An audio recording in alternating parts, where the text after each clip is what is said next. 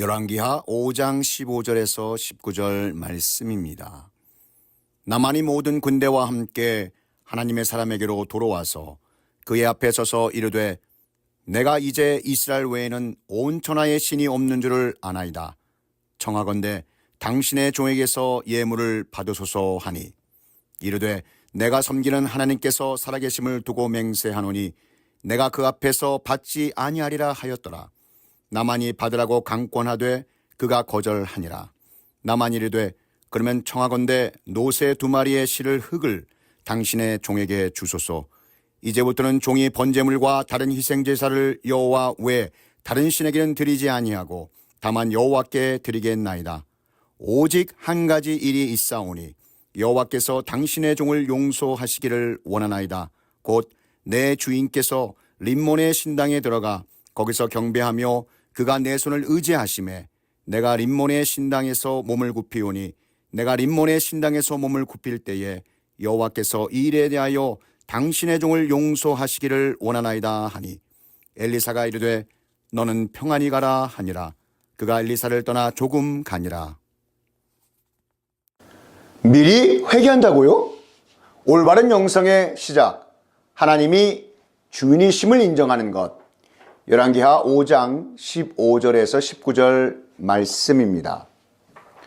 신학 공부를 마치고 실제 목회 현장 속에서 늘 고민되고 좀 확실히 구분지어 파악하고 싶은 그런 많은 것들 중에서 특별히 순수한 동기, 이 pure motivation과 순수한 동기를 아주 과장한 교묘한 속임수, 즉 manipulation을 어떻게 구분하고 분별할 수 있는지 참 묻고 싶었던 차에 어느 목회 세미나에서 만나게 된 이 목회를 오래 하시고 아주 저명한 목사님을 뵙고 이 질문을 드렸습니다. 그런데 그때 그 목사님께서는 저에게 이 두 가지를 너무 구분하지 않기를 권면하시는 것이 아니겠습니까? 그래서 목사님 왜 그러시는지 좀 알고 싶습니다 라고 다시 여쭤보았습니다. 그랬더니 그 목사님께서 이렇게 대답해 주셨습니다.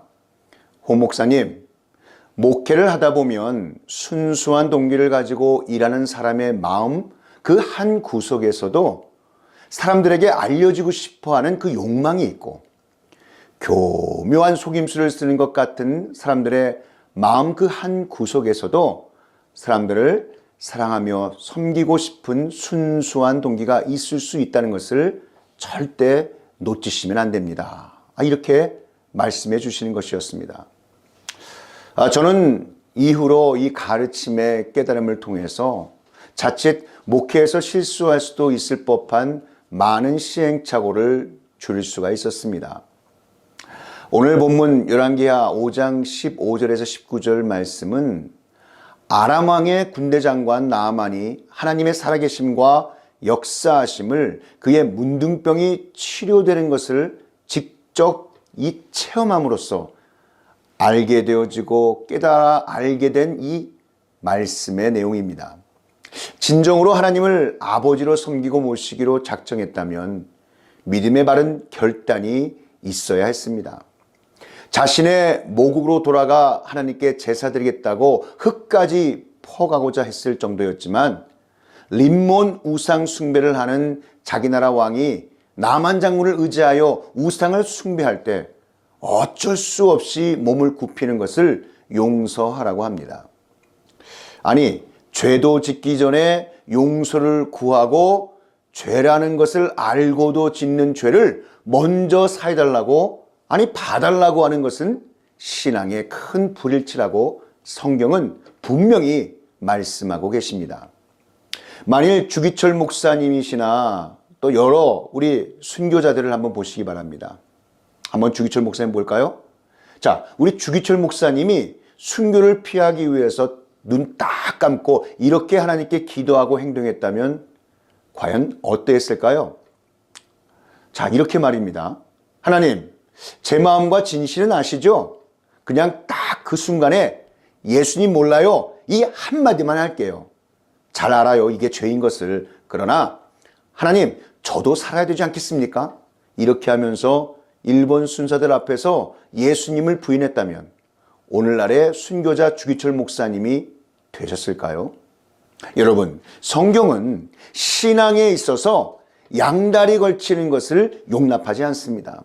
물론 세상과 신앙생활 가운데 괴리감도 깊고 어려움도 참 많습니다. 그러나 하나님 아버지께서 인정하시는 주님의 자녀들이 따라야 할 그 올바른 신앙의 삶은 이러한 세상의 유혹으로부터 하나님을 향한 믿음의 결단을 날마다 선포하며 항상 몸부림치며 나아갈 때 설사 세상으로부터 불이익을 당하고 다른 사람들과 다르게 낙오자가 되는 것처럼 보여도 하나님 아버지께서 이 모든 것을 보고 알고 계시며 나라는 이 작은 소자들의 믿음의 몸부림은 그냥 간과하고 지나가지 않는다는 사실을 깨달으시는 저와 여러분 되시기를 축복합니다. 성도 여러분, 하나님을 기쁘시게 하랴 사람을 기쁘게 하랴. 하나님의 사람, 하나님을 바르게 믿기, 올바른 믿음의 자세를 논하면서 갈라디아서 1장 10절에 이렇게 고백하고 있습니다. 이제 내가 사람들에게 좋게 하랴 하나님께 좋게 하랴. 사람들에게 기쁨을 구하랴. 내가 지금까지 사람들의 기쁨을 구하였다면 그리스도의 종이 아니니라. 아멘. 나만의 신앙 고백은 아름답고 아주 멋이 있었습니다. 이제부터는 종이 번제물과 다른 희생제사를 여호와 외 다른 신에게는 드리지 아니하고 다만 여호와 우리 하나님께 드리겠습니다. 자, 그러나 힘든 세상을 살아가는 우리가 예배 시간에 은혜 받는 그 순간에 고백하는 신앙의 고백만 가지고는 정말 쉽게 넉넉히 이겨내기란 참으로 힘들고 어렵습니다. 이는 누구나 다 마찬가지입니다. 피할 수 없는 이 피하기 어려운 현실의 문제이기도 합니다. 잘못하면 세상에서 왕따 당하고 잘못하다가는 매장당하기 쉽다며 세상이 주는 그 압박감을 정말 토로하기 시작합니다. 베드로는 멋지게 신앙을 고백한 후 오히려 자기 고집을 내세우다가 사탄아 물러가라 라고 주님께 책망받고 말았습니다. 오늘날 우리 역시 늘 이 세상에 살아가면서 고민하고 부딪히며 신앙생활의 고민을 말한 나만 장군의 모습을 한번 보시기 바랍니다.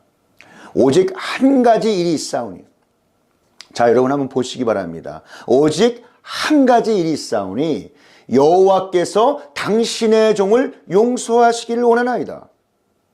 자 여러분, 더군다나 세상살이라는 것이 술 주면 술 마시고 담배 건네면 담배 한 대 피우고 같이 놀자 하면 놀아주고 즐기자고 하면 함께 즐기고 같이 2차 3차 가자 하면 어울려주며 타협하는 것이 안 하는 것보다 쉽지 않습니까? 까마귀가 가득한 고을에서 나만 혼자 백로처럼 살기란 여러분 결코 쉬운 일이 아닐 것입니다. 나만 장군도 그런 고민을 털어놓았습니다. 엘리사 선지자 앞에서 신앙을 고백하고 믿음의 결단을 한 것까지는 참으로 좋았습니다. 그러나 막상 우상 숭배가 남루하는 자기 나라로 돌아가려고 생각해 보니 결코 믿음을 지키기가 녹록지 않게 여겨졌습니다. 그도 그럴 것이 군대 장관으로 지내면서 베나닷 왕이 섬기는 림몬 신당에서 함께 엎드려 몸을 굽혀가며 우상 앞에 제사 드려야만 하는 이 피할 수 없는 현실이 자기 앞에 놓여있다는 것이었습니다. 림몬 신은 그 당시 아람 나라의 대표적인 우상이었습니다. 림몬은 아람의 최고 신으로서 당시 고대 근동 지방에 아주 널리 알려져 있던 이 폭풍의 신 하닷을 말합니다. 이 림몬은 하닷 림몬이란 이방신의 명칭을 요약한 호칭입니다. 이 신은 후에 히랍 신화의 막강한 신으로 등장하는 제우스와 아주 동일한 신으로 전해져 왔습니다. 한편 아람 왕의 이름은 베나닷으로 이렇게 명칭을 지었는데요. 이 하닷 신의 이름을 왕의 이름에 붙여서 왕에게 이 신적 권위를 부여한 것이기도 하였습니다. 이는 왕자신이 아람의 민족신인 하닷을 숭배하였다는 증거였습니다. 이런 상황에서 림몬 신을 철저히 숭배하는 베나닷 왕의 총애를 받던 군대 장관 나아만이 신앙과 현실 간에 아주 심한 갈등과 고민에 빠져 있다는 말을 한 것입니다. 오직 한 가지 일이 있사오니 여호와께서 당신의 종을 용서하시기를 원하나이다.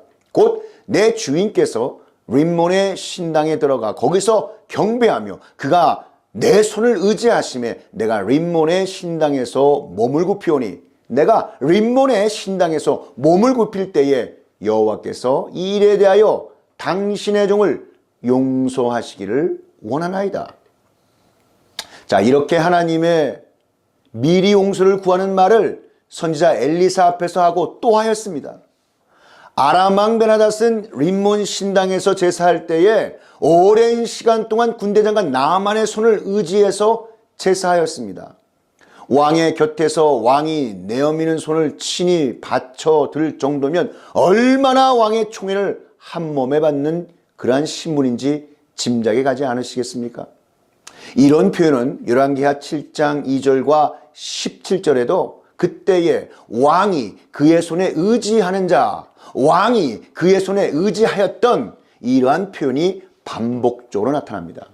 그러나 사랑하는 성도 여러분, 성경의 신앙은 결단이라고 말씀하십니다. 신앙은 타협이나 절충이 아닙니다. 악과 선, 거짓과 진리, 불의와 정의, 어둠과 빛은 결코 같이 하나가 될 수 없습니다. 그동안 어떻게 세상을 살아오셨습니까? 지금 아람 나라로 돌아가기 전에 엘리사 선지자 앞에서 하나님의 미리 용서를 구하며 괴로워하는 나아만의 심정에 우리 모두가 공감할 수 있을 것입니다. 제가 신학생 때 잠시 시골 목회하시는 선배 목사님을 따라 목회 현장을 도운 적이 있었습니다. 당시에 그 선배 목사님 교회에 대전 철도청 보선사무소 소장으로 근무하시던 젊은 집사님이 계셨습니다. 그는 명문대학을 졸업하고 기술기전 국가고시에 합격한 젊고 아주 유능한 고급 공무원이었습니다. 일정한 구간의 철도 안전과 보선 공사를 책임지고 현장의 많은 기술진들을 총괄하는 아주 막대한 책임자였습니다. 그런데 그에게 선택하지 않으면 안 되는 아주 큰 신앙적 위기가 찾아왔습니다. 철도의 안전사고 예방을 위하여 철도 위에 돼지머리와 고사상을 차려놓고 고사를 지내야 한다는 이 상부의 명령이 내려왔습니다. 그 집사님은 아주 어려서부터 신앙으로 성장한 젊은 집사님의 그 신앙 양심으로는 그런 우상 숭배하는 일 앞에 결코 타협할 수가 없었습니다. 더군다나 철도 보선 사무소장이 이 제사의 주가 돼서 이 제주가 되어서 돼지머리 앞에 술 따르고 돼지 콧구멍에 종이돈을 이렇게 말아서 꽂고 절을 해야 했습니다. 마침내 그는 상관에게 자신의 신앙을 분명하게 말하였고 정면 승부를 선언하였습니다. 저는 그리스도인입니다. 그래서 신앙 양심상 돼지머리 앞에서 절하고 기원하는 우상 숭배를 하지 않겠습니다. 자, 그 결과 그 집사님은 어떻게 되었겠습니까? 숱한 고난과 역경, 핍박이 그의 공직생활 속에 몰려들었지만 그의 분명한 신앙관의 피력은 상관의 강요를 뛰어넘게 되었습니다. 그는 30년이 지난 오늘날 사회적으로도 존경받는 고위 공직자가 되었고 인정받는 교회 생활과 모범적인 가정 생활을 해나가고 있는 믿음의 본을 받을 만한 아주 귀한 장로님이 되셨습니다. 영어 표현 중에 이런 말이 있습니다. Failing to prepare is preparing to fail. 해석해 본다면 준비에 실패하는 것은 실패를 준비하는 것이다 라는 이러한 표현이 있습니다. 신앙생활도 여러분 마찬가지입니다. 어떻게 하다 보니 인정받는 신앙인이 여러분 되는 것이 아닙니다. 풍파와 환난과 핍박을 이겨내야 합니다. 약 한 155cm의 이 키를 가지고 있는 이 미국 농구계에 아주 전설적인 인물이 있습니다. 그 이름이 존 우드라고 하는 사람이었습니다. 그분은 1960년대에서 70년대에 UCLA 팀의 코치에 있으면서 미국 이 대학 체육연맹 주최의 농구대회 12시즌 중에서 10번을 우승하게 하는 아주 유능한 지도력을 발휘하였습니다. 그는 선수 생활과 코치 생활 내내 평생 탁월한 선수요 신실한 신앙인의 삶을 살았습니다. 그가 이런 말을 남겼습니다. Talent is God-given. Be humble. Fame is man-given. Be grateful. Conceit is self-given. Be careful. 재능은 하나님이 주신 것이라서 겸손해야 하며 명성은 사람들이 준 것이라서 감사해야 하며 자만심은 자신이 만들어낸 것이라서 조심해야 한다. 자, 여러분, 우리의 신앙생활도 마찬가지입니다. 하나님이 나를 구원해 주신 은혜를 깨닫고 겸손한 나날을 살아가셔야 합니다. 남들이 나를 칭찬할 때 더욱 겸손할 수 있어야 하고 내 속에 교만이나 자만심이 고개를 들 때에 매 순간 조심할 줄 알아야 합니다. 그래야 그 믿음이 돋보이고 그 신앙생활의 열매가 아주 풍성하게 된다는 것입니다. 야곱의 형 에서, 가나안 아이 그 참전 용사 아간, 사사 삼손, 사울 왕, 솔로몬 왕, 여러분 이런 면에서 참 아쉬움을 남긴 성경의 인물들입니다. 여러분 정말 은혜를 받으셨습니까? 축복을 경험하셨습니까? 몸과 마음과 영혼에 하나님의 특별한 임재를 체험하셨습니까? 그 은혜에 대한 신앙의 고백과 함께 가정, 직장, 사업장, 세상에서 어떻게 살아가야 할지를 여러분 우리는 결정해야 합니다.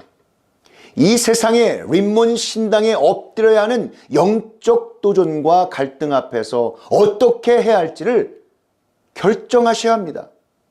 일제시대 때 신사참배는 우상숭배가 아니다라고 결의하고 일본의 신사 앞에 가서 줄줄이 고개를 숙였던 많은 기독교인들과 기독교 지도자들이 얼마나 많이 있었는지 모릅니다.